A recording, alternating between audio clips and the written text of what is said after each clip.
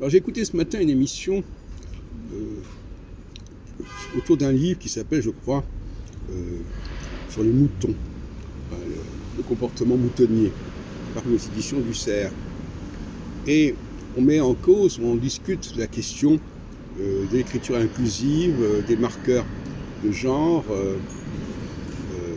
par exemple auteur, autrice, etc.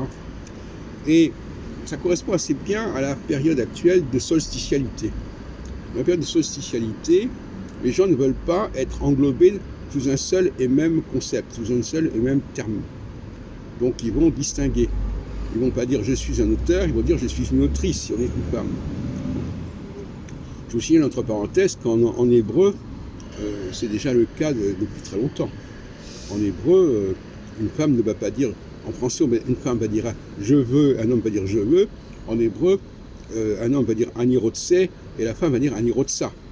Et même quand je m'adresse à une femme, je ne conjugue pas de la même manière que si je m'adresse à un homme. Donc la langue hébraïque est une langue qui différencie considérablement les genres. Bon, en français, apparemment, on ne différencie pas suffisamment, mais le paradoxe, et ça c'est assez ébouriffant, le paradoxe, on ne sait pas très bien où les gens veulent en venir. Est-ce qu'ils veulent marquer la différence, ou bien ils refusent la différence? Je n'ai pas compris.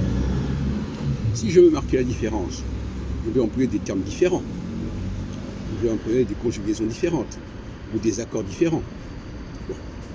Si je ne veux pas marquer la différence, eh bien j'emploierai le même terme pour tout le monde.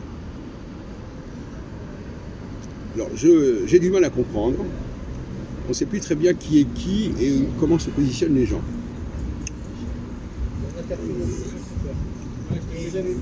Le fait d'insister sur le fait que c'est une femme qui parle et pas un homme qui parle, de toute façon on ne sera jamais capable en français de distinguer clairement les genres, à la différence de l'hébreu.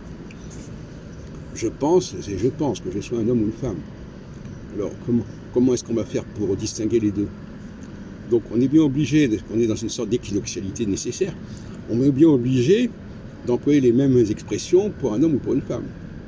On est bien obligé de désigner de la même manière quelqu'un qui ne ressemble pas à une autre personne.